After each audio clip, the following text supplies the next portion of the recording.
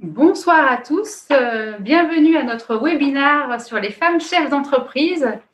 Donc, je suis Céline, j'ai le plaisir d'animer cette session ce soir. Alors, nous avons 3 femmes qui sont présentes pour apporter leur témoignage. On a Céline. Bonsoir. Virginie. Bonsoir. Et puis, Nathalie. Excuse-moi. Bonsoir. C'est l'émotion.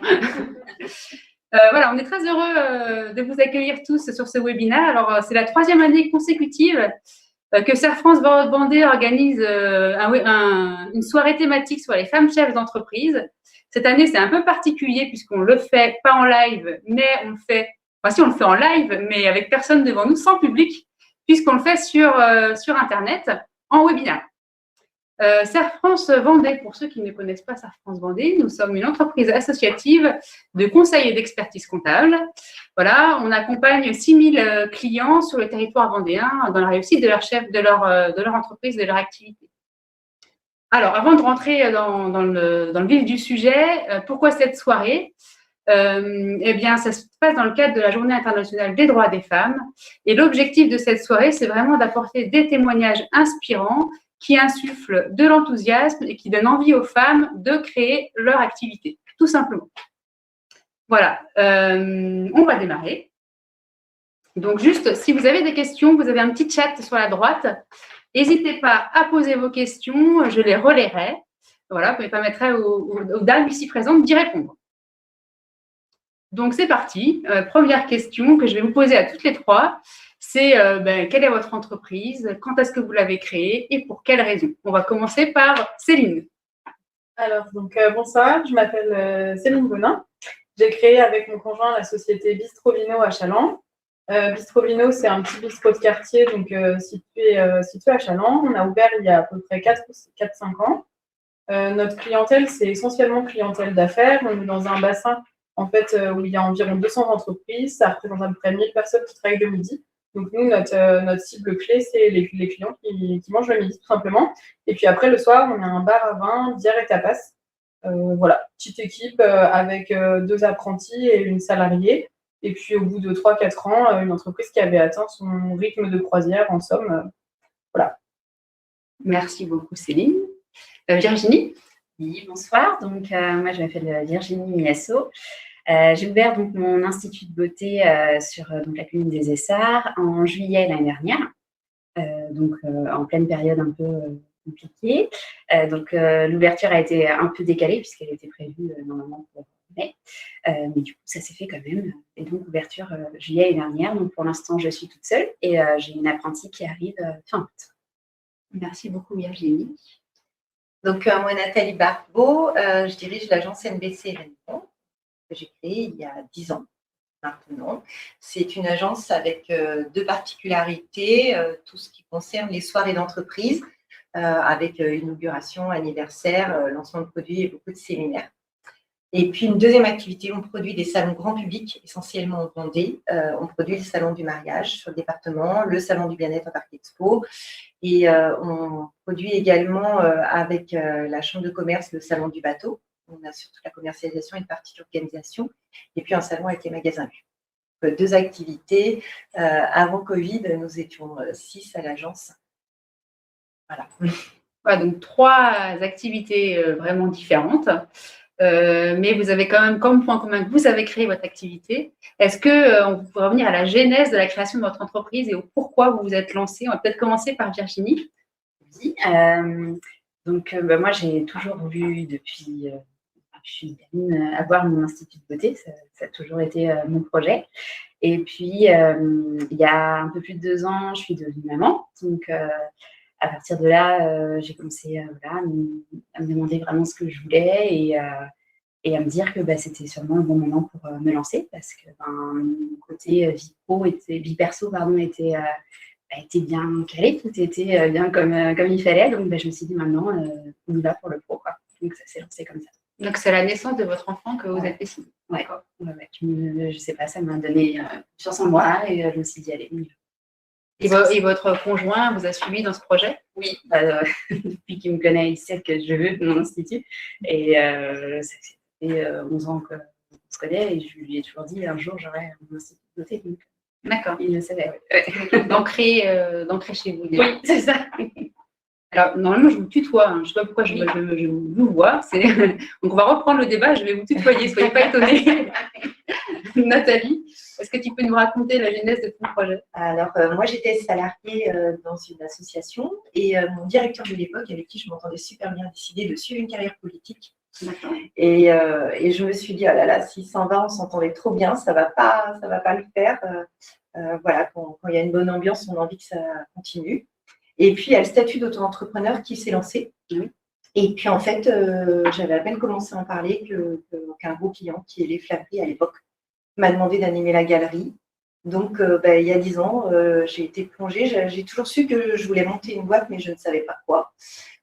Et puis, en fait, le hasard a fait qu'il m'a demandé d'animer la galerie. Les magasins m'ont demandé d'organiser une soirée.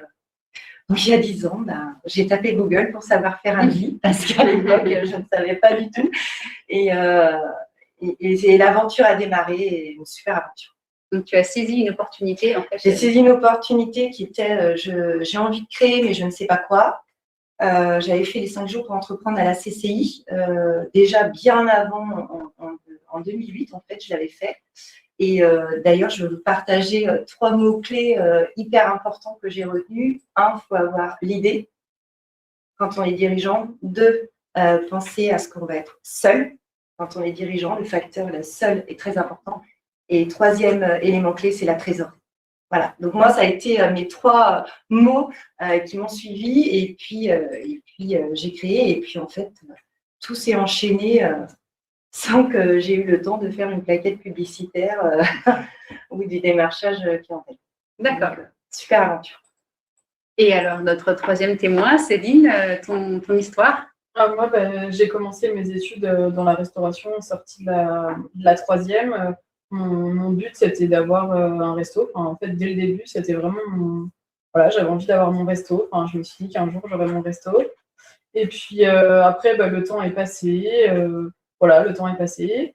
Où j'avais un peu mon leitmotiv en tête, c'est que quand un de mes premiers stages que j'ai fait en Bretagne, en fait, le responsable de salle, en fait, c'était un monsieur qui arrivait pas très loin de la retraite, on va dire, et puis qui m'avait dit alors, ma petite cocotte, pourquoi tu as choisi la restauration et tout? Alors, 16 ans, 15-16 ans, tout petit aux flammes, moi, je vais avoir mon resto. Et il m'avait dit, tes parents, ils ont un resto. Et je lui avais dit, non, parce que mes parents font ça. Ma petite cocotte, t'es pas prêt de l'avoir, ton resto. Hein. Donc voilà, ça, c'était resté comme ça. Suite à ça, il avait bien fait le job parce que j'ai arrêté la restauration. Je suis partie sur des études classiques. Et puis après, de fil en aiguille, avec les petits boulots du week-end et tout, j'y suis revenue et voilà. Et je me suis toujours dit, moi, mon coco, mon bonheur à voir, que je vais l'avoir, mon resto. Et puis après, le parcours de vie a fait que j'ai rencontré mon conjoint, qu'on était de fil en aiguille dans la même branche. Et du coup, à 2, c'est plus simple, surtout dans le corps de métier, quand on a les 2 parties de la salle et de la cuisine.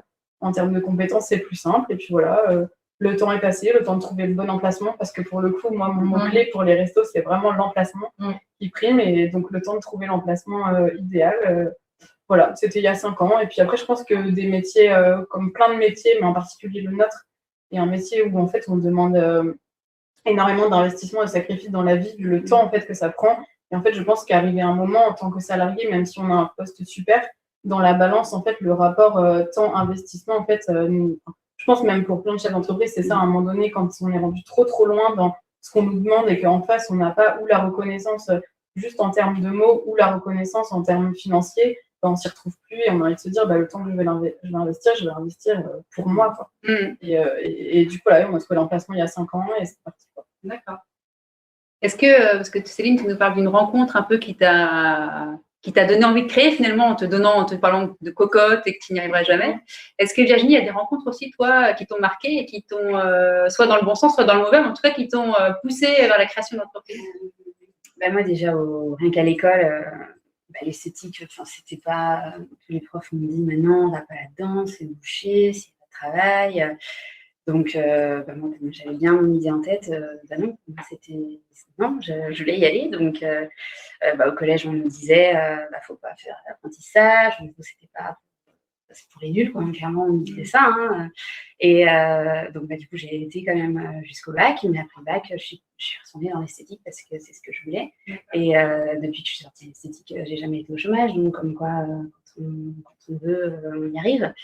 Et après, dans mes différents stages, c'est vrai que quand on voyait ces femmes avoir leur propre institut, et puis mettre à chaque fois leur patte, faire leur choix, moi, je me suis dit, c'est vraiment ça que je veux, quoi. Hein. Donc, j'ai pas fait ça en sortant de l'école, puisqu'il faut se faire son expérience. Mais ça me restait dans un coin de la tête en me disant un jour, pareil, quoi, dans l'institut. Donc, ça s'est fait comme ça. Et Nathalie, toi, tu as eu des rencontres fortes qui t'ont marqué Alors, moi, j'ai un papa déjà qui entreprend beaucoup de projets. Donc, il n'a peur de rien et il décidait quelque chose, il le faisait. Donc, j'avais déjà ce modèle ancré d'homme de la terre qui allait toujours de l'avant. Donc, ça, j'avoue que je me ressemble plutôt de ce côté-là, en fait.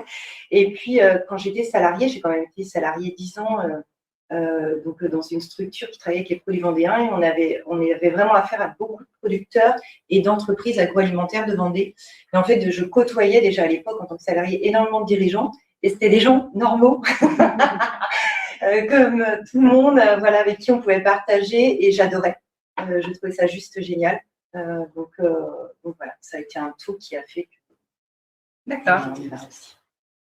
On va revenir un peu plus loin. Enfin, il y a un an à peu près jour pour jour, on nous annonçait le confinement. Donc, je serais intéressée de savoir vos activités, où vous en étiez juste avant, c'est-à-dire en janvier 2020. Céline, comment se portait Bistro Vino Nous, en janvier 2020, on a la chance, j'aime pas trop ce mot de chance, mais grâce à notre travail, on a une entreprise qui fonctionne plutôt bien, où on avait mis en place quelque chose, on faisait notre travail sérieusement, on avait une clientèle assez fidèle, donc l'activité était était bien, était pérenne, on avait refait des petits investissements au niveau de l'établissement pour avoir un outil de travail plus agréable, plus performant. On avait un taux de remplissage satisfaisant. En termes d'équipe, forcément, il y avait l'équipe du début, puis au bout de 5 ans, on avait un petit peu renouvelé l'équipe, une certaine stabilité. On avait embauché un apprenti en plus pour avoir un peu plus de souplesse. On était vraiment rythme de croisière où chacun sait exactement ce qu'il a à faire. Une affaire qui roule dans le sens où, un peu comme une partition de musique, chacun déroule son truc et puis ça marche. Donc on avait des projets de développement, par exemple, d'une partie traiteur qui fonctionnait plutôt bien. On commençait à avoir pas mal de demandes, donc on commençait à se dire est-ce qu'on ne trouverait pas une structure annexe pour développer cette partie-là. C'était. Voilà. Et on était en train de se dire on reste. Alors, je pense que ça va aussi rassurer pas mal de gens. On reste, comme tu le disais tout à l'heure, des gens normaux. Donc en fait, il y a notre entreprise, mais il y a aussi notre vie perso. Donc, nous, on essaie de faire agrandir notre maison. En gros, l'entreprise, elle roule. Donc, je me consacre un peu à d'autres projets un peu plus perso, puisqu'il y a moins besoin d'être vraiment tout le temps dans l'entreprise à suivre le truc. Donc, projet perso, ça roule. Le resto plein, les gens contents. Tout va bien, dans le meilleur des mondes. À quelques petits trucs près. Exactement, ouais. Nathalie, toi? Alors, donc, je me plonge un peu sur le mois de janvier. Tout allait hyper bien pour l'agence. On avait un agenda qui était plein. On avait beaucoup d'événements de programmés pour toute l'année. J'avais recruté, donc j'avais des personnes en CDI, j'avais des CDD. Je projetais de recruter d'autres CDI, en tout cas une autre CDI, c'était sûr. Donc, plein développement. On continuait de structurer. Nos productions de salon, c'est pareil. Le salon du bien-être fonctionnait très bien. Voilà. On faisait des événements jusqu'à 10 000 personnes. Et puis des soirées d'entreprise. La moyenne de ce que l'on faisait en Vendée, c'était 400 personnes en général. Les animations de cohésion d'équipe, on travaillait sur du 200, du 400 personnes avant. Et tout allait vraiment tout très bien. Nous, on a des bureaux à l'agence qui sont hyper agréables, donc des conditions de vie juste géniales. Après, j'étais quand même dans une situation énormément, je me trouvais débordée parce que ça n'arrêtait pas. On était en pleine expansion. Je n'arrêtais jamais. Quand on enchaînait des événements, je dormais 4 heures par nuit et je rattaquais. J'avais l'impression que j'étais absolument partout. Une vie à 300 à l'heure. Tout le temps, tout le temps, tout le temps, tout le temps. Mais par contre, j'avais de l'énergie et j'y allais, quoi. J'étais contente. Mais j'étais tout le temps. En fait, le perso, Dieu merci, ma petite famille a toujours été là. Mais c'est vrai qu'il me laissait voler et faire tout ce que j'avais à faire, quoi. Donc, pas trop de temps pour m'occuper des persos. D'accord. Voilà. Virginie, toi, tu en étais où en janvier en plein préparatif. Ouais. Donc, janvier, j'étais en train de démarcher les banques et je venais juste de trouver mon local parce que du coup, j'avais quelques pistes, mais il n'y avait rien vraiment validé. Et janvier, ça s'est validé. Donc, tout se présentait bien, ouverture pour mai. J'étais en train de créer mon logo avec la graphiste. Voilà, tout s'enchaînait. Et en même temps, j'avais démissionné de l'institut où je travaillais en octobre. Et donc, en octobre, parce que ça a changé en janvier 2020, mais en octobre 2019, quand on démissionne, on s'est dit, on n'a rien droit. Donc, j'étais partie à l'usine. Ah oui, pas très motivée du coup. Oui. Voilà, je m'étais dit, de toute façon, au début, on ne se fait pas de salaire. Faut y aller, donc, je me suis dit, pour réouvrir les droits à l'emploi au début du lancement, travailler. Donc, c'était à l'usine, en agroalimentaire. Donc, ça m'a fait tout drôle. Mais ça m'a encore plus motivée pour avoir mon institut. Donc, voilà. Ça, c'est bien, je trouve, parce que souvent, quand on crée, moi, ça avait été le cas aussi. Quand j'ai créé, j'ai démarré de rien à l'époque en auto-entrepreneur et on ne gagne rien, quoi. Moi, à l'époque, je me versais 500 € quand j'ai démarré tout au début. Et puis, oui, on est OK avec ça parce qu'on a une telle passion qui arrive, il y a une telle aventure qui se dessine devant nous que on va gérer avec ce qu'on peut, on va gérer, on va y arriver. Donc, en fait, il n'y a pas besoin non plus d'avoir énormément sur le compte si l'aventure, elle peut démarrer même avec peu, en fait. Est-ce que l'entourage n'est pas clé, du coup, justement, si le démarrage est lent et difficile, j'imagine que le rôle de l'entourage est important. Ah oui, parce que si on ne se sent pas soutenu, je pense qu'on peut vite perdre pied et se démoraliser, quoi. Donc, moi, ça a été le cas quand justement je démarchais les banques et que je ne savais pas si ça allait marcher ou pas. Je me revois à des soirées à pleurer, à dire à mon mari ça ne marchera jamais, on va y arriver. Et je revois me dire mais non, c'est pas possible, t'es rendu trop loin dans ton projet pour pas que ça marche, c'est évident que ça va marcher. Et puis les 3 banques que j'avais démarchées m'ont voulu me suivre toutes les 3. Donc, mais c'est vrai que oui, il y a eu des soirées où non, ça fait et mon petit CDI tranquille. Et, puis, et dans cette étape de création, est-ce que le fait d'être une femme, vous avez senti à un moment donné que c'était plus compliqué ou pas que si vous aviez été un homme? Je pense pas, parce que du fait de mon métier, je pense que ce serait peut-être plus compliqué pour un homme. Par contre, le fait d'être jeune, j'ai senti des fois que les gens ne prenaient peut-être pas assez au sérieux. D'accord. Elle se lance ou quoi. Donc, plus dans ce sens-là, ouais. Pas dans le fait d'être une femme, mais dans le fait d'être jeune, ouais. Voilà, il se passe. Donc là, vous êtes en plein projet. Vous avez toutes les 3 des entreprises, soit qui vont démarrer, soit qui sont en rythme de croisière. Et puis, il y a le premier confinement qui s'annonce. Donc, on sait que voilà, les restaurations et puis les agences événementielles, ça a été les premiers secteurs d'activité qui ont souffert du confinement. Alors, Céline, comment est-ce que tu as réagi? Qu'est-ce qui s'est passé? Déjà, début mars, on sentait une espèce de petite tendance avant qu'ils nous ferment vraiment. Après, je pense que comme c'était loin de nous et en bon français, c'est très loin, on n'a jamais passé la frontière. Donc, en fait, on était assez décontractés par rapport au sujet avec l'État qu'on fait un peu trop comme d'habitude. Comme tout le monde, en fait. Voilà, c'est ça. On était un peu dans le même état d'esprit que tout le monde. Après, c'est vrai que ça a été, nous, un petit peu en 2 étapes assez courtes, mais 2 étapes. En fait, le jeudi soir, ils ont annoncé que les écoles fermaient. Et là, on s'est dit, oulala, si les écoles ferment, nous, on bosse avec les gens qui bossent. Donc forcément, qui dit plus d'école, il faut que les gens ils arrêtent de travailler pour garder leurs enfants. Donc on s'est dit, on va être impacté.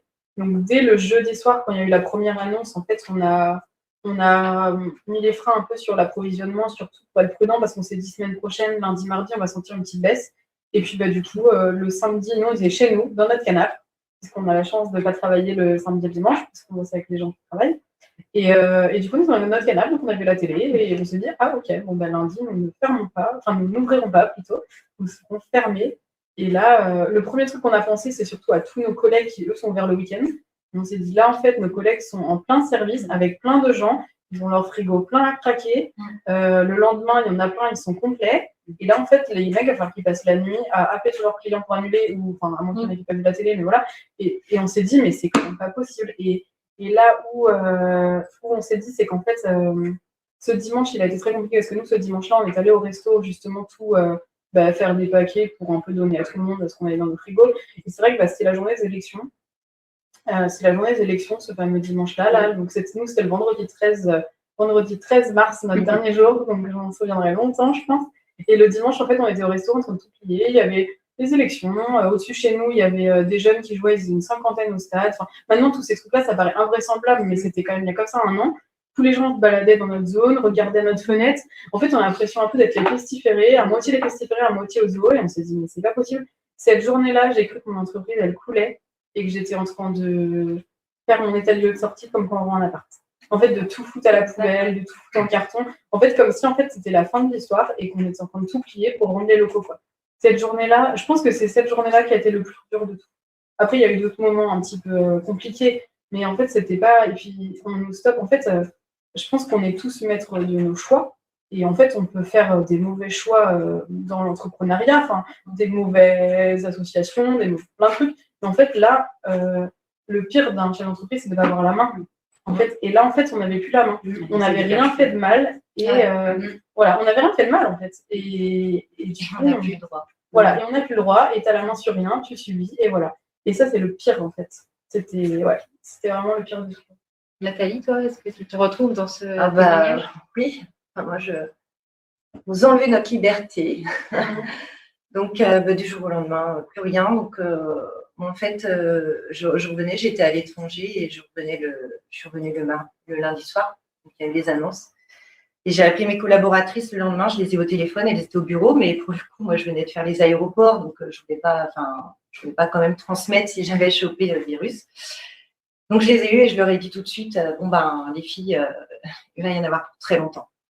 Si là, on nous interdit les rassemblements, notre métier va être hyper impacté et il y en a pour très longtemps. Et voilà. Et tout de suite, j'ai pris les mesures, les petits contrats. Voilà, j'avais des filles. J'ai tout arrêté, j'ai tout stoppé. On a revu absolument tout à la baisse, leur salaire. Le salaire est revenu à la baisse. Enfin, j'ai réduit aussitôt, moi, le 17 mars, toutes les charges. Parce que interdit de rassembler, interdit de regrouper, interdit d'exploiter son métier. Waouh! Ça ne pouvait pas être que de passage. Ça ne pouvait pas être que de passage. Donc après, ce qui a été très compliqué, en fait, c'est que j'avais quand même des événements. Parce que le mois de juin, nous, en événementiel, en tout cas sur le secteur, c'est quand même des très beaux mois. Donc le mois de juin était plein. Donc en fait, il fallait préparer, en étant confiné, alors que la Terre s'était arrêtée, quand même continuer de bosser pour les événements. J'étais persuadée qu'ils allaient s'annuler, mais il fallait continuer de bosser pour les clients. Donc en fait, on bosse pour rien. On sait que ça va s'annuler et on recommence pareil pour septembre. Donc ça a été des passages difficiles.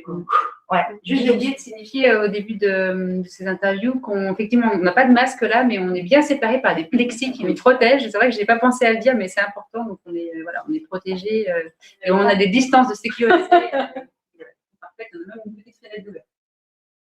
Virginie, toi, alors c'était différent puisque tu étais dans ta création. J'étais lancée et en fait, le samedi matin ou le samedi soir, ils allaient annoncer. Le samedi matin, j'avais été voir mon ancienne patronne de l'institut que j'avais démissionné en octobre pour lui annoncer que j'allais ouvrir mon institut parce que je trouvais ça plus sympa, plus correct, voilà.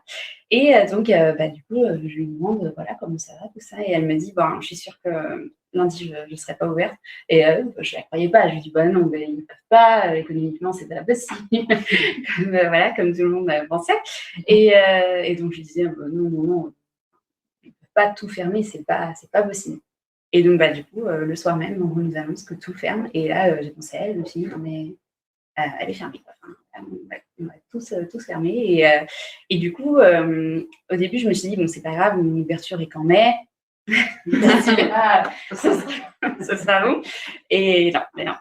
Et donc, du coup, après, ce qui a repris du retard, c'était tout ce qui est travaux et puis même tout ce qui est paperasse, parce que pour se voir, pour communiquer, pour échanger, c'était compliqué. Mais à aucun moment, tu t'es dit, bah non, j'y vais pas. D'accord. Non, je me suis dit, je pense que comme beaucoup de gens, tout le monde se disait, un coup cet été, ce sera fini. En fait. C'est que, voilà. Donc, non, je me disais, en fait, je pense que quand tu es rendu ton projet, en fait, c'est pas juste ton projet. C'est ta nouvelle vie, que ça fait des années que tu as planifié et que tu attends que ça arrive. Nous, on avait rencontré, alors c'était pas lié au Covid, mais des petits soucis en termes pareil de construction. Enfin, c'était entre le financement était validé, ça allait démarrer, mais il y a eu un petit flottement là. Et en fait, à un moment donné, on a cru que finalement notre truc il allait tomber à l'eau, mais c'était impossible que ça tombe à l'eau. À un moment donné, c'est pareil, tu as quitté ton taf, t'as machin, la banque t'a dit OK, tu as déjà commencé à planifier ton machin. En fait, tu te dis pas que c'est. Enfin, non, c'est pas possible. En fait, voilà, c'est juste pas possible. Donc, à un moment donné, quand tu es trop parti, tu es parti. Tu peux pas faire machin. Non, voilà, exactement. D'ailleurs, dans les commentaires, là, on voit qu'il y a Frédéric qui dit que vos parcours montrent une grande conviction et détermination. C'est la base. Ouais, c'est ça. Oui. Je pense que, et je pense que quand on se rend compte de ça, c'est justement le premier rendez-vous avec la banque. Enfin, en fait, cette banque, c'est le pire rendez-vous. Tu vis ta vie, tu as l'impression que la personne a mais et quand en fait la personne te dit alors non mais les chiffres, on a déjà lu tout le dossier, on va parler-nous de vous. Mais oui, alors, va falloir que je parle de moi. Qu'est-ce que vous voulez que je raconte? Juste votre parcours. Ah oui, ça c'est pas très compliqué. Non. Et en fait, tu te rends compte que c'est une discussion normale en fait. Et en fait, ce que la personne elle veut, c'est juste que tu lui vendes ton truc. En fait, il faut juste être convaincu que ton truc c'est le meilleur de tout. Et en fait, je pense que quand ça fait des mois et des années que tu es sur ton projet, en fait, il n'y a pas besoin de faire de blabla. Juste, en fait, tu racontes ton truc que tu connais sur le bout des doigts. Et en fait, la personne en face, elle voit que tu transpires ton projet, puisque tu y crois dur comme fer, puisque si tu n'y crois pas, c'est pas bien, quoi. Et du coup, en fait, comme si tu n'es pas un peu invincible, parce qu'il y a forcément des failles dans tous les projets, mais l'autre en face, donc en l'occurrence là, la banque, elle voit qu'en fait, en fait, pas ta réponse à tout, mais en fait, tu as prévu plein de scénarios, elle se dit, c'est bon, quoi.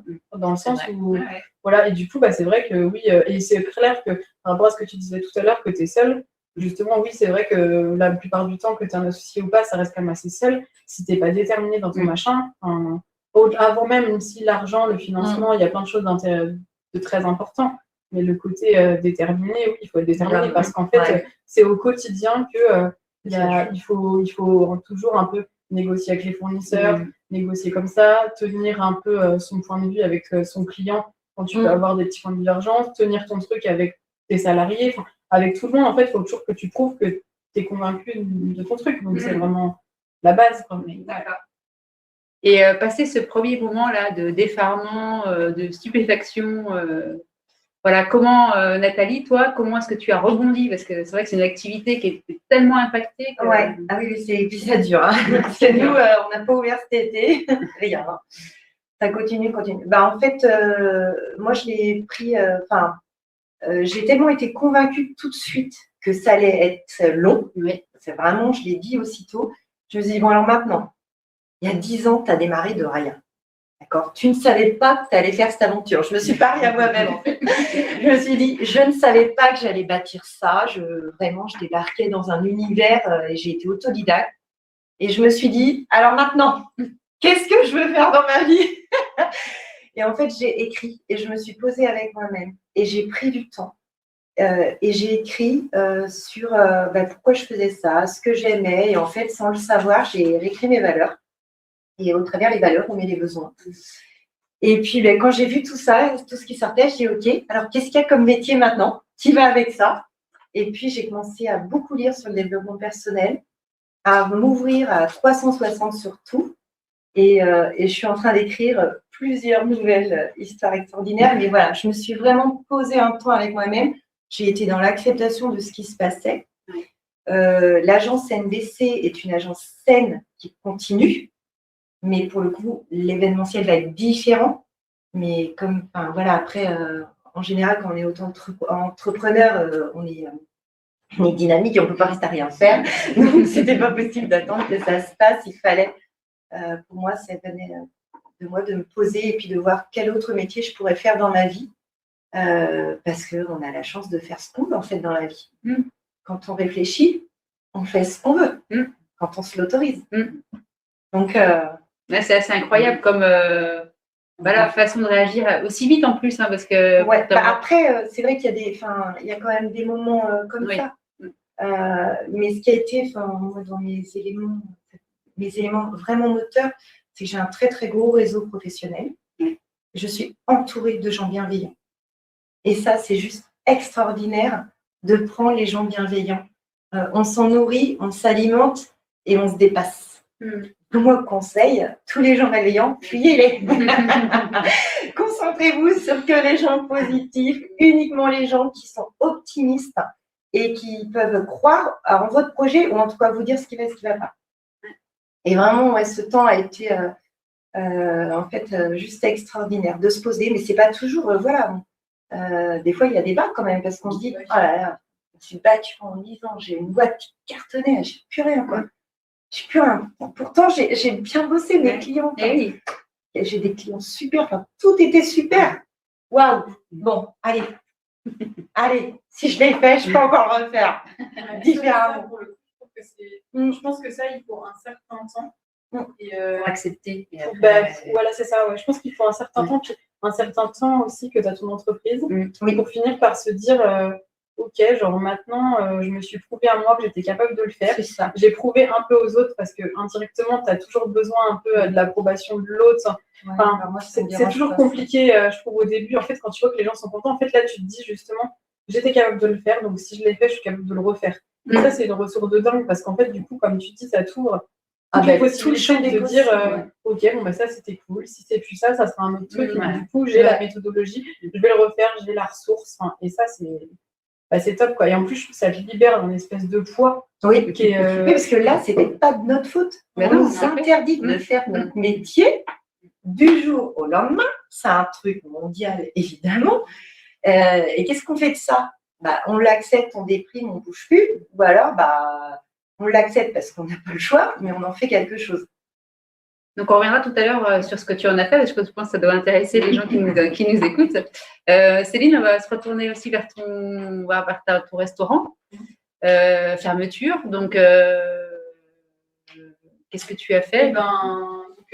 Premier mois, un peu, pour le coup, on se rend compte de finalement la réalité des choses, que finalement, ça va être un petit peu plus grave que prévu, un petit peu plus long que prévu. Ça, je te cache pas que je l'avais pas anticipé dans cette Moi, j'étais sur 2-3 semaines. On n'avait pas trop ce paramètre-là. Et puis, pour le coup, on s'est reposé. Parce que où je te rejoins, c'est qu'en fait, tu as des rythmes à 200 à l'heure. Donc, en fait, les 2 premières semaines, tu te reposes. C'était plutôt agréable. Après, le contre-pied de ça, c'est que du coup, quand on est hyper actif, c'est horrible, ce grand rien. Parce qu'une fois que tu as passé le repos, t'es plus très... moi, je ne dormais plus du tout. Parce que du coup, physiquement, j'étais plus du tout fatiguée. Donc, en fait, parce que entre ton canapé, ton jardin, ton machin, t'as vite fait le tour. Du coup, je dormais plus du tout. Donc, à un moment donné, je me suis retrouvée à me coucher à 6h du mat. Ça a duré une semaine. Et je me suis dit, ça va pas être possible. Je me suis dit, les boîtes de nuit chez toi. Tu t'enchaînes tes séries, tes machins, et tu te dis, c'est pas possible. Je suis en train de me retourner le cerveau. Et puis, la déprime, du coup, tu te rends bien compte que quand t'es commerçant, c'est que t'as des gens. Et que là, sans plus personne, t'es plus rien. En fait, il n'y a pas cet échange qui te nourrit au quotidien. Et du coup, c'est terrible, quoi. Donc là, on s'est dit, qu'est-ce qu'on va faire?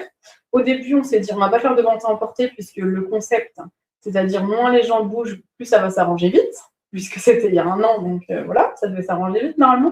Donc on s'est dit, on propose rien, les gens bougeront pas, et voilà. Et après, en fait, comme on regardait aussi pas mal les infos, on a vu que les chocolatiers étaient ouverts partout à Paris. Voilà. Et on s'est dit, là, c'est plus une question d'alimentaire, c'est une question de bien-être. Les gens ont besoin de petits trucs qui les stimulent au quotidien, des petits plaisirs un peu pour les sortir de ce grand rien. Et c'est comme ça qu'on a commencé la vente emportée.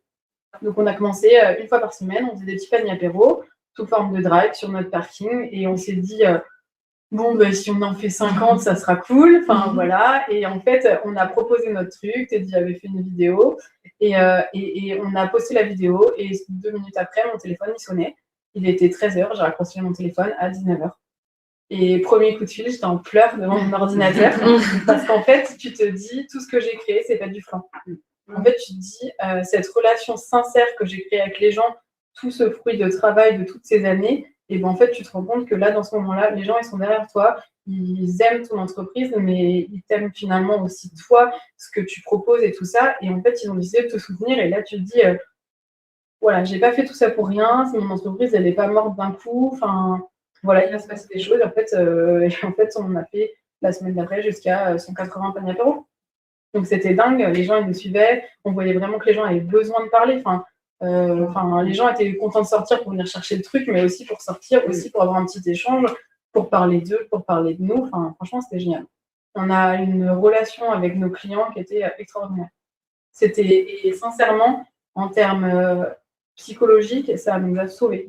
En termes financiers, oui, ça a fait un peu de beurre dans le truc, mais surtout en termes humains, on a eu une dynamique où en fait, tu proposes un truc en termes de communication, tu te prépares, tu y vas, tu fais tes approvisionnements, tes préparations, tu organises une logistique, tu réfléchis, tout ce qu'on fait au quotidien en fait, réfléchir, organiser.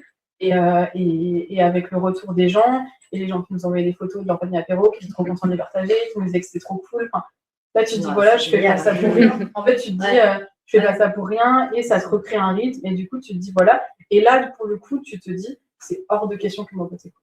En fait, tu te dis, je me suis pas cassé le cul, il n'y a pas d'autre expression, mais tu te dis, je n'ai pas donné tout ce que j'ai donné depuis des années pour qu'il coule d'un seul coup comme ça, juste à cause de ce machin. Enfin, c'est hors de question que ma boîte est cool, quoi. Donc, en fait, je vais trouver des solutions parce que je sais que d'habitude, j'ai de la ressource en moi et voilà, je trouve des solutions et je m'adapte.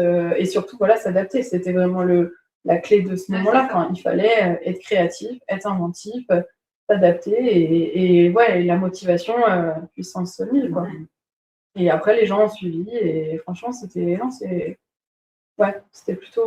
une période finalement très enrichissante. D'accord. Tout ça. Et ça nous aussi permis, justement, plutôt que d'être dans l'espèce de pilote automatique où des fois, tu as un peu les œillères, tu réfléchis pas trop.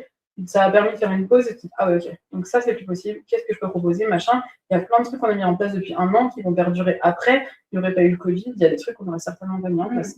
Donc, non, je pense que quand on sera sorti de tout ça, ça sera comme plein d'expériences compliquées finalement où tu en tires du positif. Toi, Virginie, est-ce que cette période de Covid, ça a changé ton projet d'entreprise initial? Ça l'a fait évoluer?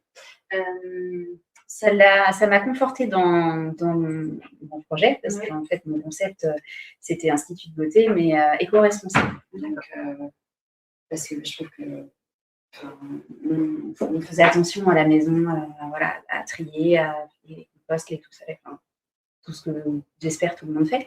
Et je m'étais dit, il y a forcément aussi quelque chose à faire en fait dans mon métier avec tout ça. Et je me suis dit, c'est pas possible de gaspiller autant. Et il y a forcément, donc je m'étais dit, mon concept, ce sera vraiment axé là-dessus.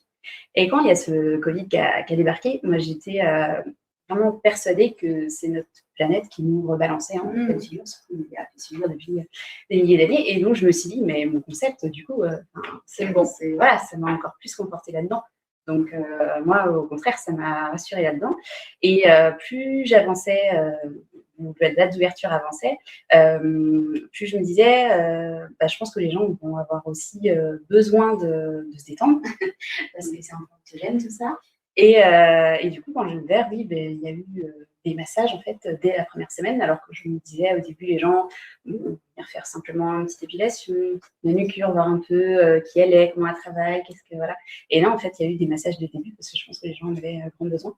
Donc, c'était le bon timing en fait. Ça a été plus une opportunité que d'autres choses. D'accord.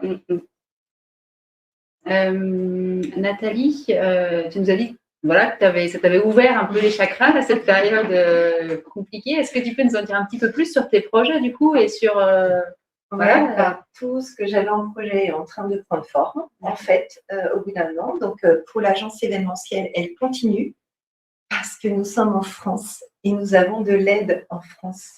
Donc moi j'ai un secteur d'activité qui est aidé. Donc c'est quand même on a énormément de chance. C'est pas du tout là pour tous les autres pays quand même. Donc souvent, les gens se plaignent, on est aidés, quoi. Donc, l'agence événementielle continue.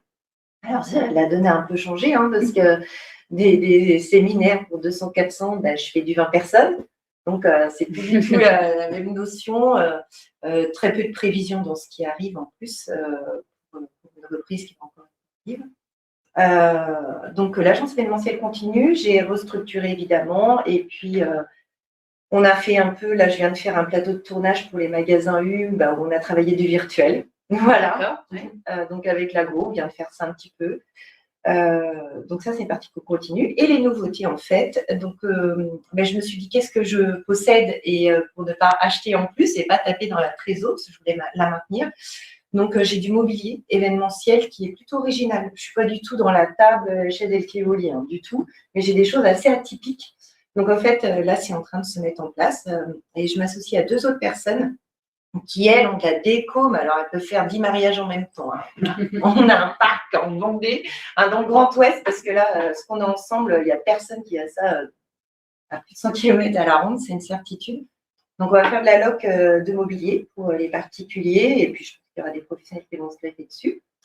Dans tout ce que j'ai écrit, je voulais faire de l'accompagnement du dirigeant. Donc, en fait, j'ai fait un test client au mois de juillet qui me demandait qu'est-ce que tu veux faire. Et puis, je dis, moi, j'aimerais bien accompagner les dirigeants. J'ai un petit peu de bagage quand même. J'ai vécu pas mal de choses dans ma vie, plutôt résiliente. J'aimerais bien apporter un regard extérieur. Et je suis plutôt quelqu'un d'intuitif. Donc, je dis, j'aimerais bien essayer de transformer ça. Et puis, j'ai fait un test client en juillet qui a été extraordinaire. Totale réussite. Et là, je me suis dit, bon, allez, Nat, si tu te lances sur ce projet, il faut que tu sois pro. Ok, ça marchait en test, mais je veux être pro. Donc, en fait, je me suis inscrite dans une école. Jamais de ma vie, j'aurais imaginé ça. Et en fait, je suis un cursus pour faire du coaching, de l'accompagnement. Un cursus RNCP avec plus de 600 heures de formation. Je me mets un challenge encore hyper haut. Donc, je suis en train de terminer ce cursus. J'ai des mémoires à faire, des coachings, etc. Bref, ça se passe extrêmement bien. J'ai déjà commencé cette activité. J'ai monté une 2e entreprise pour la développer à côté.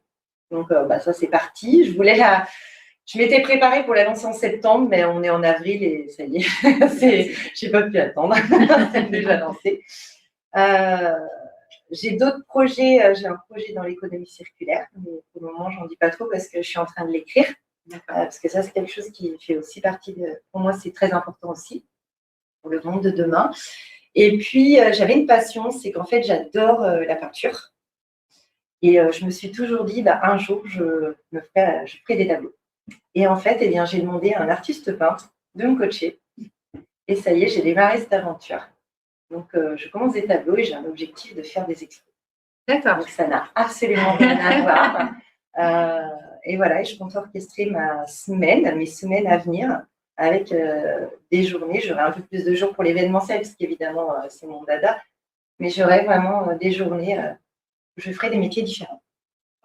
Voilà. Et il y a d'autres projets, mais c'est encore un peu trop tôt. Mais en fait, quand on se dit le champ des possibles est là, quand on se dit qu'est-ce que j'ai envie de faire dans la vie, qu'est-ce que j'ai envie de faire, qu'est-ce que moi j'aimerais, pas ce que les autres veulent de moi, qu'est-ce que moi j'aimerais. Et là, on écrit ce on aimerait. Et ensuite, il faut se faire entourer. Tout le monde peut être entouré. Il suffit de discuter, il suffit d'échanger. Il ne faut pas rester seul, justement. Et puis là, on se met après en chemin. Ok, cette idée est un peu folle. Je vais m'entourer. Il y a énormément d'associations pour les créations d'entreprises qui existent. On peut avoir un regard bienveillant sur économiquement, est-ce que c'est viable, stratégiquement, comment l'orienter, etc. Et puis mettre en œuvre. D'accord. On a plein de témoignages là qui sont très positifs. Quelle énergie, c'est une vraie source d'inspiration. Voilà. C'est très inspirant, je pense, pour beaucoup de personnes. Céline, toi, tes projets à venir là, pour Bistro Vino ou pour autre chose peut-être Les projets à venir, du coup, ça permet aussi de faire le point. Qu'est-ce que je veux, qu'est-ce que je veux plus. En gros, c'est quoi mes nouvelles priorités, sur quoi j'ai envie de me concentrer. Donc voilà, il y a plusieurs projets perso du coup qui sont finalement arrivés comme ça, donc ça c'est plutôt bien. Et puis après, pour le coup, nous on a développé notre vente à emporter qui fonctionne, qu'on avait déjà, mais on n'avait pas réussi à bien structurer en termes de logistique, organisation, tout ça.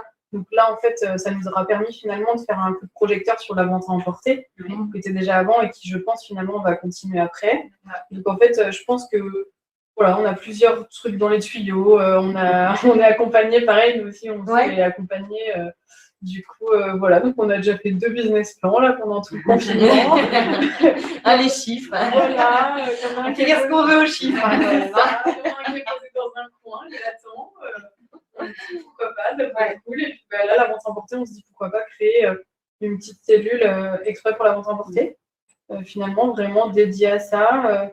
Et puis après, on se dit finalement, peut-être que ce projet, j'ai déjà fait une partie du tour et que maintenant, j'ai envie de me concentrer sur notre projet. Donc, on se dit, est-ce qu'on passe à autre chose? Est-ce qu'on reste ici? Est-ce qu'on emploie des gens qu'on va mettre à notre place pour nous aller faire autre chose? Enfin, voilà, en fait, il y a rien de figé. Il y a plein de trucs sur le feu. Et on fait un peu comme ça. Là, et on attend de voir vers quoi on va se décider. Quoi. Mais voilà, on prépare aussi la réouverture en ce moment. Oui. En fait, ça nous a permis de faire nos choix, de faire un petit peu. Du coup, pendant toute cette année, on a testé plein de trucs, d'offres différentes, de tout ça. Donc, en fait, on a un petit peu structuré de qu'est-ce qu'on allait faire à la rentrée. En termes d'équipe, voilà, on a refait un point avec nos équipes.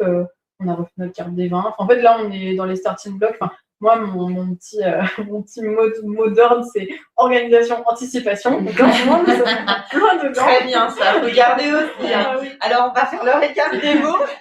Oui, ça, organisation, anticipation, c'est vraiment ma clé. Donc, je me dis, quand on va rouvrir, on va tout organiser, tout sera prêt, tout sera machin. Donc, voilà, on va démarrer sereinement. Là, l'idée, c'est de se dire, quand on va rouvrir, il faut que chacun sache ce qu'il est à faire, que tout roule comme avant, que j'en sois content. Enfin, c'est parti, quoi. Ce qui est intéressant dans vos 2 témoignages, pour une activité qui était déjà en croisière, c'est que ça vous a permis, j'ai l'impression que vous étiez un peu dans le jus en fait, dans le quotidien. Donc, et que finalement, ça a été aussi une opportunité de se poser et de regarder un petit peu, de prendre de la hauteur. de la hauteur. De prendre de la hauteur face à la situation qu'on vivait et que l'on aimait. Parce que quand on est dans le jus, en fait, on le voit même pas. C'est ouais, attends, j'ai pas le temps. et la vie passe et une journée fait que 24 heures. Ouais. Voilà, elle fait que 24 heures. Donc, c'est surtout qu'en fait, tu te dis tout le temps, quand des fois tu te dis, bon, là, il faudrait vraiment que je prenne du temps, ou alors quand. Parce que c'est pas tout le temps rose non plus. Il y a des moments où limite tu sens que l'eau elle est un peu là et qu'à un moment donné, s'il y avait un bouton magique pour faire un peu stop, qu'on puisse un peu se remettre à jour dans tout, ça serait cool. Et en fait, tu te dis c'est pas possible. En fait, on dit toujours c'est pas possible, on ne peut pas s'arrêter, c'est pas possible. En fait, la semaine d'après, il y a ça, il y a ça, il y a ça. Enfin, c'est pas possible de faire une grosse pause comme ça où tu prends du temps pour faire un point. Et puis après, quand tu fais une pause pour tes vacances, nous, ça a toujours été notre maître mot. Les vacances, c'est les vacances, c'est-à-dire que déjà que parce que tu vas partir en vacances, nous on va aller goûter plein de trucs et on va dire ah tiens ça pourrait être cool la surprise n'est jamais très très loin. Mais en plus si pendant les vacances tu te dis ok on va faire grosse organisation pour le resto, non il faut quand même couper. Moi je reste convaincue que on est le capitaine du bateau qui est Ramon. Si le capitaine n'est pas au top, ton entreprise elle avance plus quoi. Même si à côté de toi il y a quand même d'autres personnes qui rament aussi un peu. Voilà. Donc c'est hyper important. Moi acheter un nouveau four ou investir dans une semaine de congé pour moi et tout, ça compte autant parce que tu as intérêt d'être au taquet tout le temps. Donc du coup là c'est important les pauses. Et là ça permet finalement de faire une pause qu'on se serait jamais octroyé ce genre de pause là quoi. Après moi je pense qu'on a toujours une notion par rapport au temps. Parce qu'on ne prend jamais le temps de rien, on ne s'autorise jamais le temps parce qu'on veut toujours faire les choses à temps. En fait, et on se met nous-mêmes nos propres barrières. Alors que si on prend un peu de recul, si c'est pas fait aujourd'hui et que c'est fait demain, qu'est-ce que ça va changer dans notre vie? Au bout d'un moment, là, on a ça pour objectif, on veut créer telle boîte, ok, on veut la créer quand? Si c'est pas fait au mois de mars, c'est fait au mois d'avril. Mais qu'est-ce qui est grave dans ça? Et on a une notion toujours de temps dans absolument tout ce qu'on fait. Et là, le Covid, le fait, c'est pas le Covid, le fait des décisions gouvernementales à cause du Covid de tout stopper, le temps a été absolument bousculé pour tout le monde. Et cette notion-là, il fallait juste l'intégrer et ça va continuer. Parce que là, maintenant, il y a du temps socialement. Les gens, je pense qu'il y a beaucoup de gens qui ont pris en compte ça. Moi, je pense qu'il y a beaucoup de gens qui apprécient pas la situation de maintenant. Mais la situation vraiment entre mars et mai de l'année dernière, je pense qu'il y a énormément de gens qui ont apprécié d'être d'être avec leur famille, de regarder. Enfin, moi, je vois des trucs tout bêtes. On a fait notre jardin, tu as eu le temps de couper tes trucs, voir qui repousse et tout. Donc, d'habitude, je dis, ah oui, c'est poussé. Et la semaine d'après, ah oui, bah, tiens, il est fort, tiens, ça, puis il n'y a plus de fleurs, quoi. D'habitude, tu prêtes pas attention à tout ça, que là, le nombre de clients qui nous ont dit, enfin, franchement, c'était trop cool, on a fait le jardin avec des enfants. Quand je vois qu'on est en vacances, il faut absolument que je parte. Là, en fait, c'était trop bien d'être chez moi, limite. Enfin, ça me dérange pas finalement de chez moi. Alors ça, c'était l'année dernière, ça a vraiment duré. Mais les gens ont vraiment apprécié ce moment-là. Moi, j'étais convaincue au mois de juin qu'il y avait énormément de personnes qui allaient changer de travail, qui allaient déménager. Enfin, ces grosses remises en question liées à cette pause qui a été finalement un peu pas une bénédiction pour tout le monde, parce qu'on va pas dire que le Covid c'est une bénédiction, mais les 2 premiers mois de l'année dernière, c'était plutôt cool pour beaucoup de gens, je pense. Enfin, cool dans le sens perso. Ouais, ça fait la pause, quoi. Bienvenue, la gestion du temps, toi qui es une jeune créatrice d'entreprise, donc et une jeune maman aussi. Comment ça se passe? Est-ce que c'est compliqué à gérer les deux? Des fois, oui. Des fois, c'est compliqué. Après, du coup, au mois de mai l'année dernière, donc comme je devais ouvrir, ça s'est pas fait. J'ai profité de psy, du coup, puisque ça va faire. Donc, j'avais terminé l'usine, bien évidemment, tous les intérimaires, voilà, on était partis. Et donc, je peaufinais mon projet, mais j'ai pu profiter de ma fille aussi. Donc, moi, je l'avais très bien vécu, en fait, le premier confinement. Le mois de novembre, un peu moins, du coup, parce que moi, c'était la première fois que je vivais ça en tant que pro. Le deuxième confinement du mois de novembre. Du mois de novembre, ouais. Mais du coup, oui, pareil, au mois de novembre, en fait, au début, j'ai voulu mettre plein de choses en place. Et puis, arrivé à fin novembre, je me suis dit, mince, j'ai pas pris de temps pour moi, en fait. J'ai pas pris de temps pour ma fille, parce que, du coup, je bossais sur l'Institut, sur le click and collect, j'ai fait des lives Facebook, je voulais rester dans le... Voilà. Et du coup, après, j'ai enchaîné sur Noël, donc voilà, j'ai pas eu ma fille du mois de décembre. Et du coup, en ce début d'année, je me suis dit, bon, ok, mon Institut, ça marche bien mieux que ce que je pensais, mais j'ai pas envie de me retrouver dans 10 ans en me disant mince, j'ai pas vu ma fille en Iran. Donc là, du coup, je m'accorde un peu plus de temps quand j'arrive à la maison. C'est maison, mais c'est plus boulot. C'est pas toujours facile, mais bravo d'y arriver déjà. Mais je pars plutôt le matin. Du coup, je me dis voilà. Qu'est-ce que c'est dur de laisser le boulot au boulot. Mais ouais, il faut. Qu'est-ce que c'est difficile. Mais voilà, je me dis, ma fille a 2 ans et demi, donc tout le monde me le dit, mais voilà. Et du coup, par là, couvre-feu à 18h, j'ai apprécié, forcément. Donc là, on revient à 19, je suis contente aussi, sachant qu'en plus, du coup, j'ai des collègues à Paris ou dans l'Est, elles sont fermées, du coup, donc je suis bien contente d'être ouverte jusqu'à 19h. Mais c'est vrai que c'est pas toujours évident de gérer famille, boulot et perso, quoi. Je pense que, comme tu dis, il faut s'accorder du temps parce que sinon. Et c'est très difficile quand on est dirigeant parce que c'est la passion qui nous porte de ce que l'on aime. Et en fait, c'est le piège. Et c'est même, c'est le piège sans être un piège parce qu'on est tellement dedans, on le vit tellement à 300%. C'est jamais fermé. C'est, voilà, les qu'on ne se rend même pas compte. Je pense que dès que tu es passionné par ton truc, mais comme n'importe quel corps de métier, en fait, c'est-à-dire, je sais pas, t'es maçon, tu t'en vas je sais pas où, forcément, à mon avis, ils doivent tout le temps regarder. Tu vois. Non, mais en fait, quand c'est ton métier, en fait, t'es jamais off complètement. Quand tu poses, quand tu veux un truc, tu dis, c'est bien. Ah, mais partout. Tiens, t'as vu, ils ont fait ça et tout. Comme nous, tu dis, ah oui, tiens, c'est pas mal, c'est pas mal, et puis ce machin, tu vas au marché, c'est boum, ça clignote dans tous les sens. Je pense que dès que tu es à ton compte, tu n'es jamais off à 200%. Après, le secret, c'est qu'il ne faut pas que dans ta balance, en fait, ça te mine. En fait, il faut plus que ça t'anime que ça te mine. En fait, si ça te mine dans le sens où tu te sens complètement enseveli, parce que du coup, tu fais jamais de pause, là, c'est alerte, quoi. Que si plutôt ça t'anime de te dire, c'est trop cool. Enfin, nous, à chaque fois qu'on part en vacances, on revient, on est remonté comme des coucous parce qu'on s'est reposé, mais aussi parce que tu as vu plein de nouveaux trucs et tu te dis, tiens, ça, on peut l'utiliser, machin. Donc, quand c'est dans ce sens-là, c'est cool, quoi. Ok. On va conclure notre table ronde. Enfin, on va voir s'il y a des questions peut-être des gens qui nous écoutent. Juste avant de conclure, on va également avoir Claire qui va faire une intervention, une conclusion. Donc Claire, elle est directrice du réseau Entreprendre. Donc, elle va monter sur scène. Normalement, on va bientôt la voir. Elle n'est pas avec nous physiquement, mais avec les joies de la technologie, elle nous rejoint. Normalement, vous devez la voir. Bonjour à toutes et tous. Claire. Bon, merci pour vos beaux témoignages, les filles. Il y a eu plein de messages sur le chat. C'est difficile de prendre la parole après vous. C'était hyper émouvant. Voilà, top. Bon, Céline, tu veux que je te dise un petit peu ce que j'ai ressenti avec ce témoignage ou c'est ça? Oui, ce qui m'intéressera, c'est ta vision à toi aussi en tant que directrice du réseau Entreprendre. Tu rencontres beaucoup de chefs d'entreprise, des femmes notamment. Et voilà, voir toi le retour d'expérience que tu as par rapport à ce qu'on en a entendu ce soir.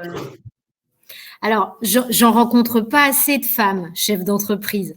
Et d'ailleurs, Nathalie connaît bien Réseau Entreprendre parce que elle est au conseil d'administration à nos côtés. Elle était lauréate quand elle a créé sa boîte. Donc, elle a été accompagnée et maintenant, elle est à nos côtés. Elle fait avancer l'assaut. Donc, elle connaît bien tout ça et on en parle souvent. En fait, il n'y a pas assez de femmes qui viennent nous voir. Alors, après, il ne faut pas dire « Ah, c'est pas normal ». Mais par contre, il faut essayer de comprendre.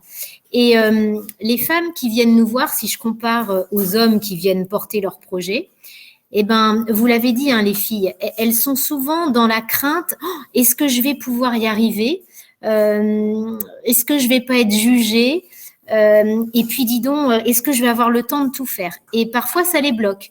Parce que nous, on leur dit, il faut que vous vous projetiez, les filles, que vous fassiez un business plan, que vous puissiez créer de l'emploi. Et quand on leur dit ça, elles ont vraiment la trouille de se projeter et de se dire qu'elles vont créer de l'emploi. Donc, ça les limite. Et puis aussi, vous en avez parlé, les filles, moi, je parle souvent de trépied. Pour que ça marche pour nous comme pour les hommes, il faut penser à soi, au côté perso, il faut penser au pro, qu'on soit salarié ou chef d'entreprise, il faut trouver un équilibre, et puis il faut penser à sa santé. Et bien souvent, quand on voit des porteurs de projets qui viennent nous voir et qui ont des envies de créer, elles se disent « Oh là là, mais est-ce que je vais réussir à tout faire? Est-ce que je vais pouvoir être accompagnée? Est-ce que je vais pouvoir entrer dans un club avec d'autres femmes? Comment je vais gérer mes enfants, mon partage, mes échanges ?» Alors, on les rassure beaucoup plus. On sent qu'il y a vraiment un gros travail encore à faire. Par contre, celles qui arrivent à ça, ce sont toutes celles qui ont réussi, enfin, qui ont un conjoint à leur côté, une famille. Nathalie a cité son papa, sa famille, des gens qui les entourent, des amis qui leur donnent confiance en elles. Et quand il y a ça, il y a vraiment un équilibre et elles sont beaucoup plus fortes, en fait. Donc, voilà ce que je voulais vous dire. En fait, la clé, elle est bien en nous. Il faut qu'on assume et qu'on croit en nous, on est capable d'y arriver. Mais on y croit s'il y a vraiment des gens qui nous entourent, qui nous poussent et qui nous portent. Voilà. Merci beaucoup, Claire. Dans les commentaires, là, on voit un commentaire de Marine qui dit « La confiance en soi, c'est le moteur de la réussite ». Est-ce que, mesdames… Oui, enfin, ça, c'est un des moteurs. Mais on peut, la confiance en soi, quelqu'un qui ne l'a pas et qui a envie de créer son entreprise, peut travailler sur sa confiance en soi pour l'avoir et se transformer. Tout est possible. À partir du moment où on le décide. Il faut juste bien aussi, enfin, comme tu le disais tout à l'heure, il faut bien s'entourer. Enfin, si tu sais qu'en fait, il y a une partie, c'est un petit peu ta faiblesse ou ta lacune, et voilà, enfin, je pense que voilà, tant que tu es bien, en étant bien entouré, ça peut pallier justement à toutes ces petites faiblesses-là. Puis je pense que ça s'acquiert aussi avec le temps. Enfin, moi, il y a des choses que, il y a quelques années, enfin, avec le temps, ça a changé. En fait, tu grandis, tu mûris, sans être du tout prétentieux, mais tu t'affirmes, en fait, tu te rends compte que, en fait, tu as des compétences et c'est pas juste, en fait, juste, bah, tu vois, ça marche, quoi. Donc, en fait, je peux un peu me détendre et me dire, bon, ben voilà, enfin, je sais le faire, donc ça va, quoi. Après, quand on n'a pas d'expérience encore, qu'on débute, en Vendée, il y a énormément, quand même, de structures avec des dirigeants qui sont là pour aider, accompagner. Donc, en fait, toute personne qui a un projet, on trouve absolument tout. Donc, le réseau Entreprendre, j'en fais partie, mais il y a BGF, il y a énormément de structures qui existent. Donc, il suffit juste de se dire, ouais, j'ai envie de faire ça. OK, ben je tape sur Internet, en Vendée, qu'est-ce qu'il y a? Et j'y vais, et je vais me renseigner, je vais faire ces assos, et je vais voir. Et là, il y a énormément de gens bénévoles, de dirigeants, qui sont là pour aider, accompagner. Parce que c'est vrai, quand on se lance dans une aventure, on ne sait pas ce qui va se passer. Être dirigeant, il n'y a pas de manuel pour être dirigeant. Hein. On apprend sur le terrain tous les jours. Hein. Donc, c'est de nos erreurs qu'on apprend et c'est grâce à ces erreurs qu'on grandit et qu'on progresse. Donc, et puis, des fois, on ne fait pas d'erreurs et puis on y arrive aussi. Donc, mais il faut vraiment se dire, OK, j'ai envie de faire ça. Qu'est-ce qui existe? Je peux pas, tout le monde n'a pas la chance d'avoir un conjoint à ses côtés ou d'avoir déjà un réseau ou d'avoir une structure. Donc, il existe des choses où on peut y aller tout seul. On tape et on dit, voilà, j'ai ce projet. Très curieux, je suis tout seul, taper à toutes les portes. Et j'ai envie de faire ça. Et là, il ne faut pas penser qu'en face, il y aura des gens qui ne seront pas bienveillants. Non. Il y a énormément de gens bienveillants qui ont surtout l'habitude, en fait, de créer des porteurs, d'accompagner des porteurs de projets. Donc, en fait, aller dans un bureau et dire, bon, ben, j'ai une idée, c'est ça. Par contre, j'ai pas trop d'argent, je ne sais pas faire un bilan, je ne sais pas faire un machin. Enfin, c'est la même. Bah, c'est pas grave.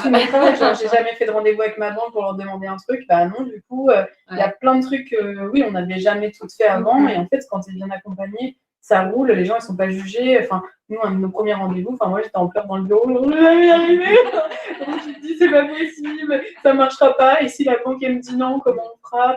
En fait, tu iras voir une autre banque. Et puis voilà, puis finalement, la banque, elle te dit oui, et puis avec le temps, tu prends confiance et ça roule, quoi. Ouais, non, on a un territoire qui est riche. Oui, très, très riche. Il y a C'est plein de gens, et puis dans toute la France, je ne sais pas s'il y a autant de.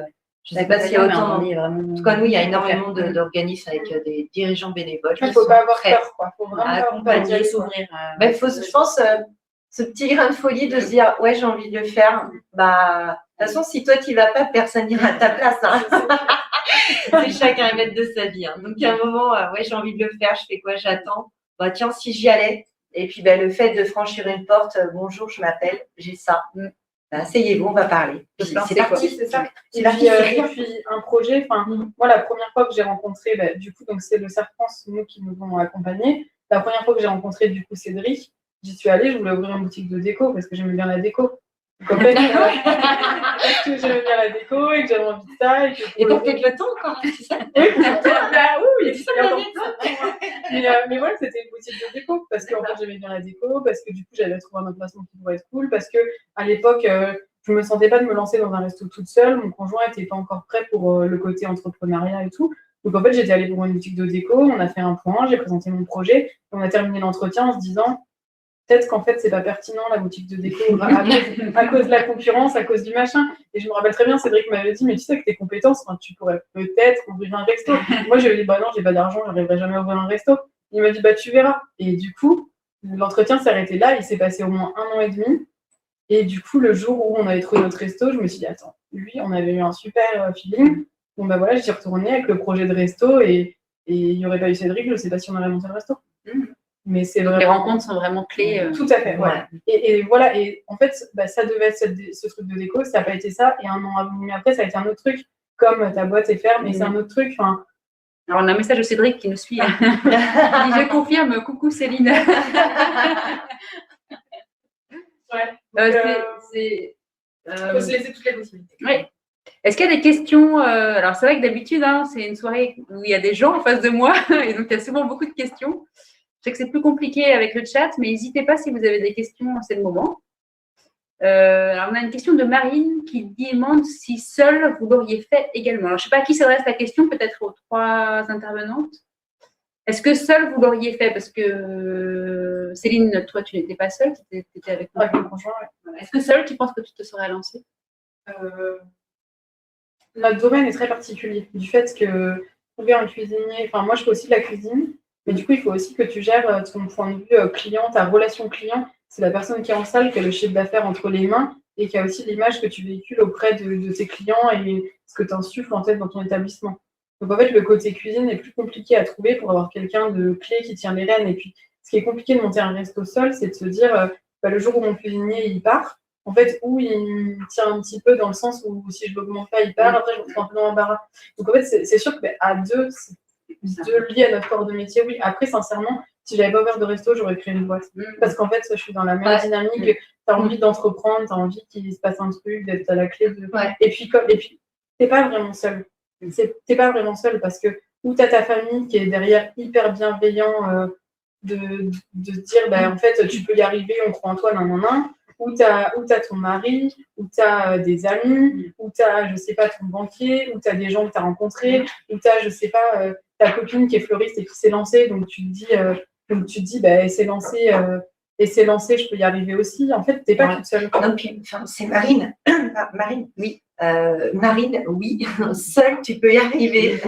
Vas-y. Aujourd'hui, on a quand même la chance aussi de pouvoir créer des entreprises sans faire des investissements de malade. On a la chance d'avoir du réseau Internet, d'avoir un ordinateur, un téléphone portable.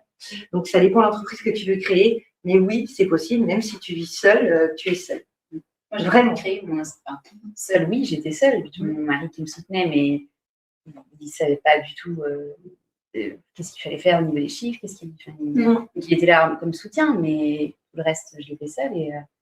Mais comme tu dis, j'étais pas seule parce qu'on est accompagnés. Tu peux être seule dans ton corps de métier, mais tu as toujours des gens. Tu as toujours un réseau. Le jour où tu n'as pas ce Même, des fois, il y a juste besoin de soutien, c'est moralement. La Ah plupart oui, genre, du temps du dirigeant, c'est-à-dire qu'il va se structurer.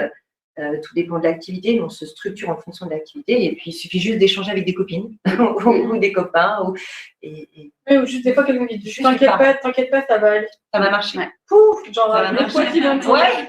et hop, c'est reparti. Ah oui, je l'aime bien. Il croit un peu en moi, ouais, c'est bon. Alors, on a une question autour de la rémunération, Michel, qui est intéressante. Comment appréhendez-vous le risque en termes de rémunération et notamment sa fluctuation? Est-ce que c'est quelque chose qui est difficile? Alors moi, je vis très bien avec ça parce que je pense que ça dépend de chaque personne en fait, en fonction de son rapport à l'argent.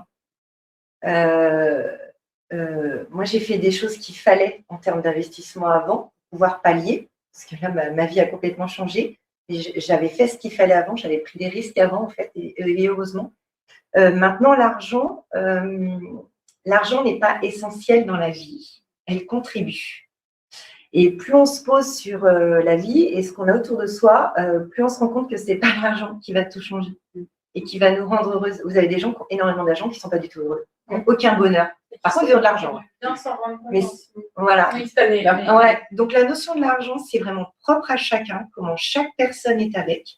La fluctuation d'argent, moi, je suis très à l'aise parce que j'ai démarré avec très peu de salaire. J'ai réussi à me faire une bonne rémunération. Là, il fallait que je sauve l'agence NBC. J'ai réduit mon salaire, mais juste en changeant mon ordre de virement à la banque. Je suis tout à fait OK avec ça. Voilà, ça ne me pose pas de soucis. Et puis, quand je pourrais réaugmenter, je réaugmenterai. Mais la priorité, je veux sauver 2 emplois, je veux sauver ma boîte. Voilà. C'est la notion de l'argent, je pense qu'elle est propre à chacun. Et c'est vrai que c'est complètement différent quand on est. C'est pour ça aussi que beaucoup de salariés n'arrivent pas à passer en tant que dirigeant parce que c'est plus. Là, c'est le jour et la nuit. On n'a pas le salaire tous les mois qui tombe. Les grands donneurs de leçons, mais qui tous les mois ont leur salaire régulièrement, c'est vrai que ça fait un peu doucement rire. Non, c'est pas le cas. Après, je pense que ça dépend vraiment comment tu te conditionnes dans ta tête. Pour le coup, nous, la complexité était que, en fait, on mettait tous les œufs dans le même panier, puisqu'en fait, on était tous les deux à 6 000 d'écart, donc on avait des rémunérations qui étaient plutôt correctes, et donc les deux en même temps, on n'avait pas non plus une épargne de dingue. Après, c'est juste que dès le début, alors pour le coup, je sais qu'il n'y a pas énormément de... Quand je discute avec d'autres chefs d'entreprise, on n'a pas forcément la même vision là-dessus, mais nous, on est parti du principe qu'en fait, ma rémunération est une ligne dans mes charges au même titre que mon loyer, mon eau et mon électricité. Donc pour le coup, en fait, dès le début, on a pour le coup pris un peu de hauteur. En fait, dans ma tête, il y a plein de gens qui pensent que toi et ton entreprise, c'est la même chose. C'est-à-dire qu'en gros, le chiffre d'affaires est ton salaire et les charges sont tes dépenses. En fait, nous, dès le début, en fait, on s'est dit, en fait, on s'est un peu positionné. Alors, j'aime pas trop ce mot-là parce qu'en fait, dans la tête, c'est complètement différent. Mais comme ça, on s'est salarié de notre propre société. C'est-à-dire, il y a ma société et moi, je travaille pour elle. Donc, en fait, c'est-à-dire que mon salaire est une ligne tous les mois comme tout le reste. Et c'est vrai que quand je discute avec certains qui me disent, moi, ça fait 1 an et demi, je me suis toujours pas versé de salaire parce que je peux pas. Je veux dire, comment tu fais pour payer tes trucs? Donc, c'est vrai que... Après ça, je comprends qu'il faut aussi le pouvoir, mais ça me paraît bien important dès le début d'intégrer sa ligne de rémunération comme n'importe quelle autre charge dans le business plan et de se dire, je la baisserai dans la dernière limite pour s'il faut sauver les meubles, un peu comme cette année-là. Mais sinon, en fait, mon salaire passera tous les mois puisque en fait, je m'investis pour cette entreprise. Il faut que ça soit dans le temps. Quelqu'un qui ne se verse jamais de salaire pendant des années, au bout d'un moment, il faut se poser la question, est-ce que sa boîte doit quand même continuer de vivre, quoi? Pourquoi continuer d'avoir une boîte. Il faut que ça soit en effet. Oui, on ne dit c'est pas un qu'on travail. va ouvrir une boîte et qu'on va se sortir 5 000 balles de salaire le premier mois. C'est pas du tout élevé. Mais il faut bien être conscient que la rémunération, Elle s'intègre. Voilà, elle s'intègre dans les charges. Quoi. Et parce qu'en fait, je pense que justement, si dès le début, en fait, tu te dis, bon, bah, je peux me payer ce mois, ce sera le mois d'après, ce sera le mois d'après, en fait, tu te tires vers le bas toute seule, puisque tu te dis, bon, bah, ok, est-ce que ma rémunération, elle compte pas, mon seuil de rentabilité, du coup, il est plus bas, et du coup, tu l'intègres pas. Donc, en fait, comme tu te dis, il faut absolument que je paye mon loyer, il faut absolument que je paye la vie. Il met des objectifs en fonction. Exactement. Tout ça est inclus dedans. Voilà. Un objectif. C'est un objectif non négociable, Voilà. en gros. Eh bien, merci beaucoup. Je vois qu'il n'y a pas d'autres questions dans le chat. Je vais en poser juste une petite dernière, puis on va s'arrêter là pour cette soirée. C'est voilà, s'il y avait 3 mots-clés, 3 adjectifs qui ressortiraient de votre parcours, alors soit du parcours de création d'entreprise ou alors du parcours que vous avez vécu là depuis 1 an avec le Covid. Vous retiendrez quoi et qu'est-ce que vous pourriez dire à toutes les personnes qui nous écoutent et puis aux femmes qui peut-être se posent la question de se lancer dans un contexte économique qui est quand même particulier actuellement. Voilà, est-ce que on va commencer par Virginie? Moi, il y en a surtout 2 qui me viennent, c'est surtout l'optimiste.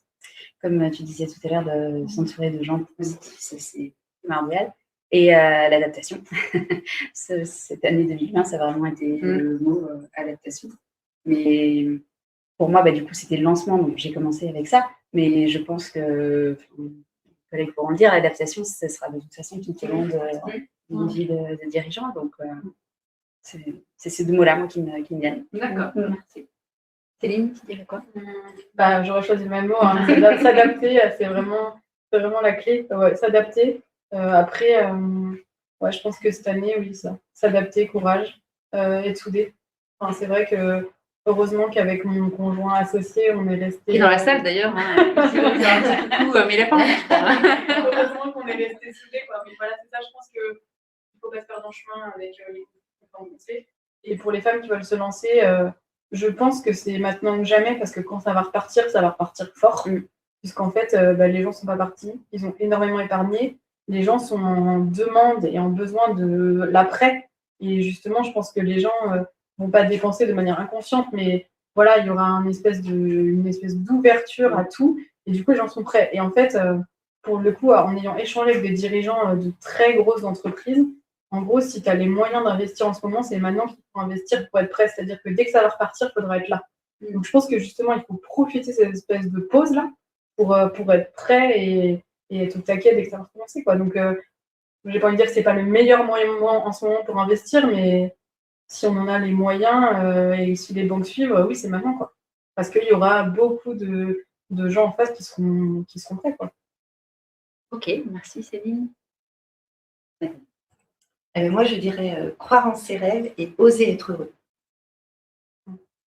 Bon, je pense que c'est parfait pour conclure cette soirée. Merci à toutes et tous de nous avoir suivis. On vous donne rendez-vous l'année prochaine pour une soirée femmes chefs d'entreprise qu'on espère se dérouler en physique et en présentiel. Ce serait plus sympa pour tout le monde. En attendant, voilà, on a réussi à mettre en place un dispositif finalement qui tient la route. On est assez contents et fiers de nous. Merci, je voulais remercier toute l'équipe qui travaille derrière, que vous ne voyez pas. Il y a Freddy à la technique qui fait que tout fonctionne super bien. On a Alexandre, Mathias qui ont géré, Alexandre, notre chef réalisateur qui a géré les caméras. Mathias qui nous fait un Facebook Live en même temps qu'on a un live storm. Et puis on a Charlène qui travaille sur tous les visuels, sur toute la communication et qui a fait que vous étiez aussi nombreux à nous suivre pour cette soirée. Donc merci à toutes, merci à Claire aussi pour son intervention. C'est bien d'avoir un regard extérieur aussi, quelqu'un d'un réseau. Et merci à vous 3. J'ai oublié quelqu'un? J'ai oublié personne. Merci à vous 3, mesdames, pour votre intervention et puis bonne soirée à toutes et à tous.